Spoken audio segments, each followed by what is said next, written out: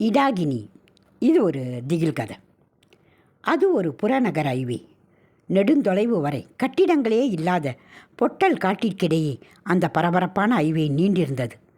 நள்ளிரவான இந்நேரத்திலும் வண்டிகள் sir sir என்று போய்கொண்டிருந்தன. ஹைவேயின் ஒரு ஓரத்தில் புதரின் மறைவிலிருந்து 20 வயது மதிக்கத்தக்க இளம் பெண் ஒருத்தி மூச்சிறைக்க ஓடி வந்தாள். தன்னை மூர்க்கமாக தாக்கிய யாரிடமிருந்தோ அவள் தப்பித்து வந்திருக்க வேண்டும். பார்ப்பதற்கு அப்படித்தான் இருந்தாள். பயமும் பதற்றமும் கலந்து பின்புறம் திரும்பி திரும்பி பார்த்து வேகமாக ஓடி வந்தாள். ஓடி வந்து ஹைவேயில் ஏறிய வேகம் ரோட்டில் சிராய்த்து கொண்டே கீழே விழுந்தாள். விழுந்த வேகத்தில் அவளின் கை வளையல்கள் உடைந்து தெரிந்தன. முகம், கை, கால் எங்கும் சிராய்ப்பு. ஏற்கனவே அவள் உடல் முழுவதும் இருந்த வலிகளோடு காயங்களோடும் இதுவும் சேர்ந்து ரத்தம் வழிந்து கொண்டே இருந்தது. ரோட்டில் அத்தனை பேர் போய்கொண்டிருந்தாலும் கேட்பாரற்று சிறிது நேரம் அசைவற்று கிடந்தாள். தட்டு தடுமாறி எழுந்தவள் ஒரு காலை இழுத்து இழுத்து நடந்து சென்றாள். சிறிது நேரத்திற்கு பிறகு தூரத்தில் ஒரு மங்கலான மின்மினி விளக்கு எரியும் தன்னந்தனியாக இருந்த அந்த சிறிய வீட்டை கவனிக்கிறாள். அவள் முகத்தில் ஒரு சிறு புன்னகை. தனது லேப்டாப்பில் மும்முரமாக ஏதோ வேலை பார்த்து கொண்டிருந்தான் வருண். கதவு தட்டும் சத்தம் கேட்டு இந்நேரத்தில் யாரு என்று சந்தேகத்தோடு திறந்தவனுக்கு பெரும் அதிர்ச்சி. பூமி. அதிர்ச்சியிலிருந்து மீளாதவனை ஒதுக்கிவிட்டு உள்ளே சென்று சோஃபாவில் அமர்ந்தாள் பூமிகா. ஒரு வழியாக அதிர்ச்சியிலிருந்து மீண்டவள், பூமி, என்னது? உடம்பு முழுக்க ஒரே காயம். ஆக்சிடென்ட்டா? வா, முதல்ல ஹாஸ்பிட்டலுக்கு போகலாம். இல்லை, வேணாம் வருண். பூமி, சொன்னா கேளு, வா முதல்ல ஹாஸ்பிட்டல் போவோம். இல்லை இல்லை, வேணாம் வேணாம் வருண். சரி வா, முதல்ல ஃபர்ஸ்ட் எய்டாவது பண்ணிக்கோ. அது சரி பூமி, நீ எப்படி இங்கே, அதுவும் தனியாக இந்த நேரத்தில்? வருண், நான் ஒன்று சொன்னால் கேட்பியா? சொல்லு பூமி, இது என்ன கேள்வி? நானாக எதுவும் சொல்லாத வரைக்கும் உன்னால் அமைதியாக இருக்க முடியுமா? அது இல்லை பூமி, அதை விடு. உன்னோட ஆராய்ச்சியெல்லாம் எப்படி போய்கிட்டு இருக்கு? இன்னையோட முடிஞ்சிடுமா. நாளைக்கு ஹெட் ஆஃபீஸில் ப்ராஜெக்டை சப்மிட் பண்ணிட்டா வேலை முடிஞ்சுது. உன்னோட ஆராய்ச்சியோட முடிவு என்ன? அது என்ன, நான் ஏற்கனவே உங்ககிட்ட சொன்னது தான். பேய், ஆத்மா, அமானுஷம் இந்த மாதிரிலாம் ஒன்றுமே கிடையாது. எல்லாமே சுத்த கற்பனை தான். எப்படி அவ்வளோ உறுதியாக சொல்கிற? இதோ நான் இருக்கிற இந்த ஏரியாவில் தான் அமானுஷங்களை அடிக்கடி பார்க்குறதாவும் சிசிடிவியில் ரெக்கார்ட் பண்ணுறதாவும் பல பேர் சொன்னாங்க. நானும் லைஃபாக ஒரு அமானுஷத்தை படம் பிடிச்சி சேனலில் போடலாம்னு தான் இங்கே வந்தேன்.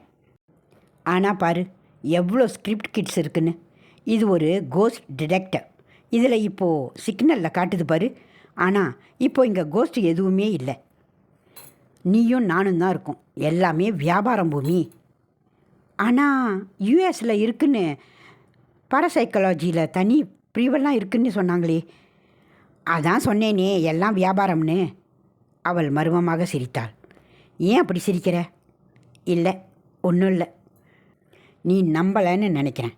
நான் உனக்கு புரிகிற மாதிரி சொல்கிறேன். இங்கே பாரு, நம்ம மூளை இருக்கே, அது ஒரு தெரியாத பொருளை கண்ணு வழியாக பார்த்து அனலைஸ் பண்ணும்போது தனக்கு அது தெரியாத பொருள்தான்னு ஏற்றுக்காதான். ஏதோ ஒரு தெரிஞ்ச பொருளோட கம்பேர் பண்ணி பார்க்குமா. அப்படித்தான் இருட்டில் ஏதோ ஒன்றை பார்க்கும்போது நம்ம காதால் கேட்ட கதைகள், சினிமாவில் பார்த்த உருவங்கள்னு நம்ம மைண்டில் ரிஜிஸ்டர் ஆகியிருக்கிற அமானுஷத்தோட கம்பேர் பண்ணி பேயின்னு உருவாக்கப்படுகிறதாம். அவ்வளோதான், அதுதான் பேய். இதுக்கு இவ்வளோ லெக்சரா? சரி, கடவுள் இருக்காரு இல்லை, நல்ல சக்தின்னு ஒன்று இருந்தால் கெட்ட சக்தின்னு ஒன்று இருக்கத்தானே செய்யும். நல்ல கேள்வி பூமி. கடவுளை நாம் பலமுறை ஃபீல் பண்ணுறோம். பேய் அப்படி இல்லையே. நீ இப்படி யோசிச்சு பாரு. யாரோ ஒருத்தவங்கள கொலை பண்ணுறாங்கன்னு வச்சுக்கோ. அவங்க பேயாகிட்டா அவங்கள பழிவாங்கி கொல்லணும் இல்லை? அப்படி எதுவும் உண்மையாக நடக்கலையே சினிமாவை தவிர. இல்லை, எவ்வளோ நியூஸ் கேட்குறோம். இளம் பெண்கள், பள்ளி குழந்தைகள் கற்பழித்து கொலைன்னு அவங்கெல்லாம் பேயாக வந்து தன்னை கற்பழித்தவங்களோட பழிவாங்கலாம் இல்லை? நான் ஏன் சொல்கிறேன்னா, மற்றவங்கள விட பல மடங்கு வெறி அவங்களுக்கும் இருக்கும் தானே. வருண் சொல்லிக்கொண்டே இருக்க பூமிகாவின் முகத்தில் ஏற்பட்ட மாறுதலை வருண் கவனிக்க வாய்ப்பில்லை. சரி, என் விஷயம்லாம் இருக்கட்டும். நீ சொல்லு, நேற்று எத்தனை முறை கால் பண்ண, ஏன் எடுக்கலை? வீட்டில் எதனா கல்யாண ஏற்பாடு பண்ணுறாங்களா? நான் வேணா வீட்டில் வந்து பேசட்டுமா? நான் இனிமே உன் கூட தானே இருக்க போகிறேன் வருண். உன்னை விட்டு பிரிகிற எண்ணமே எனக்கு இல்லை. வேற எதுவும் கேட்காத, அது உனக்கும் நல்லதில்லை. அப்படி கேட்டா நான் உன் கூட இருக்கிறதுக்கு பதிலாக உன்னை என் கூட கூட்டிக்கிட்டு போயிடுவேன். ஆ பூமி, நீ நடந்துக்கிறதும் பேசுகிறதும் எல்லாமே எனக்கு வித்தியாசமாக இருக்குது.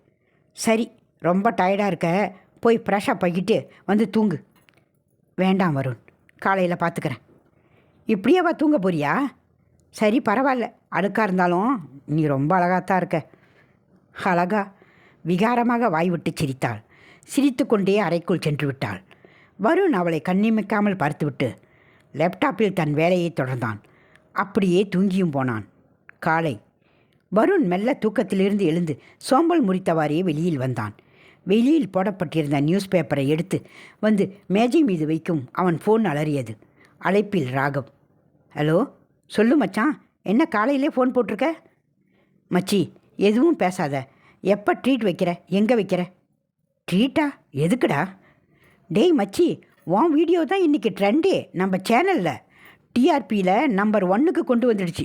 உன் வீடியோ டெலிகாஸ்ட் பண்ணால் 1 மணி நேரத்துலேயே அவ்வளோ ஃபேமஸ். ஏன் வீடியோவா? ஆமாண்டா மச்சி. சிஜி அனிமேஷன் ஏதாவது பண்ணியா என்ன? ஆனால் அள்ளு விட்டுருச்சு மச்சி. வீடியோவை பார்த்ததும் உண்மையான பேய் மாதிரியே இருந்தது போ. என்னடா வளர்ற? பேசிக்கொண்டிருக்கும் போதே காற்றில் நியூஸ் பேப்பரின் தாள்கள் பறந்து பக்கங்களை புரட்டியது. அதில் மர்ம நபர்களால் இளம்பெண் கற்பழித்து கொலை, குற்றவாளிகளுக்கு போலீசார் வலைவீச்சு. கீழே பூமிகாவின் புகைப்படம். அப்படியே சரிந்து விழுந்தான் வருண். உடல் முழுவதும் மயிர்கள் கூச்சிட்டு நின்றன. லேப்டாப்பில் திரை தானாக ஒளிர வீடியோ ஒன்று ஓடியது.